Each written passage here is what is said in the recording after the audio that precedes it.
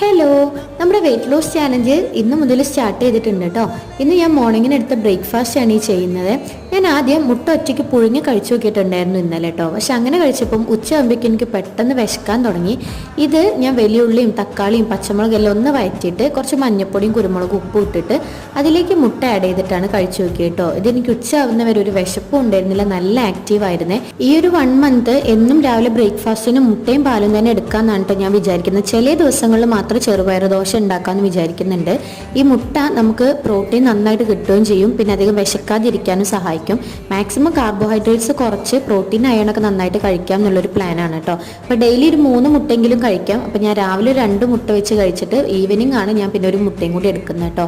അപ്പം ഞാനിപ്പോൾ ഇങ്ങനെ മുട്ട പുഴുങ്ങിയത് ഇതിലേക്ക് ആഡ് ചെയ്തിട്ട് കുറച്ച് കുക്കുംബറും ഒരു ഗ്ലാസ് പാലുമാണ് കുടിച്ചിട്ടുണ്ടായിരുന്നത്. ഇന്ന് മുഴുവൻ ഞാൻ എന്തൊക്കെ കഴിച്ചു എന്നുള്ളത് നാളത്തെ വീഡിയോയിൽ ഉണ്ടാവും കേട്ടോ. അപ്പോൾ ചാനൽ കാണാത്തവരൊന്ന് സബ്സ്ക്രൈബ് ചെയ്തിട്ട് കൂടെ